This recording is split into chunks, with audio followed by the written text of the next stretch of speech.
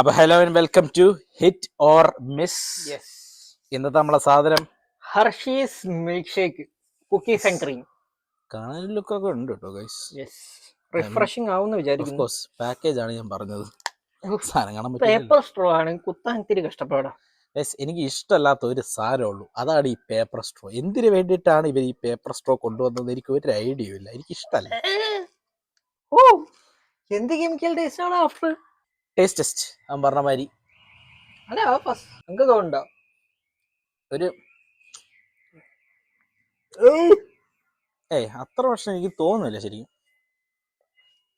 ഇടയ്ക്ക് ഒരു എന്താ പറയുക, ഭയങ്കര കെമിക്കൽ ചോയ എനിക്ക് വരുന്നു ഇടയ്ക്ക്.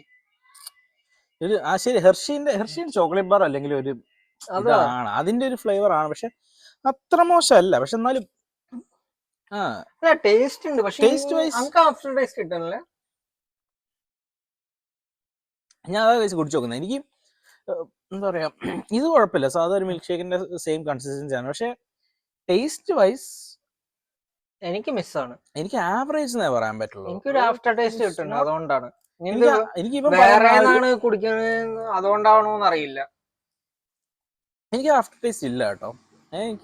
എനിക്ക് ആ ടേസ്റ്റ് തോന്നുന്നില്ല. അതുകൊണ്ട് നമുക്ക് അതിന്റെ ഇടയിൽ ഒരു സാധനം ഉണ്ടാക്കണം, ഹിസ് അല്ലാതെന്ന് പറയുന്നത്. എനിക്ക് ഹിറ്റ് ആണ്. അപ്പൊ ഹിസ് തൽക്കാലത്തേക്ക് വെക്കാം. പക്ഷെ നമ്മൾ അടുത്ത എപ്പിസോഡ് മുതൽ ഒരു പുതിയ സാധനം ആലോചിച്ച് വെക്കുന്നതാണ്.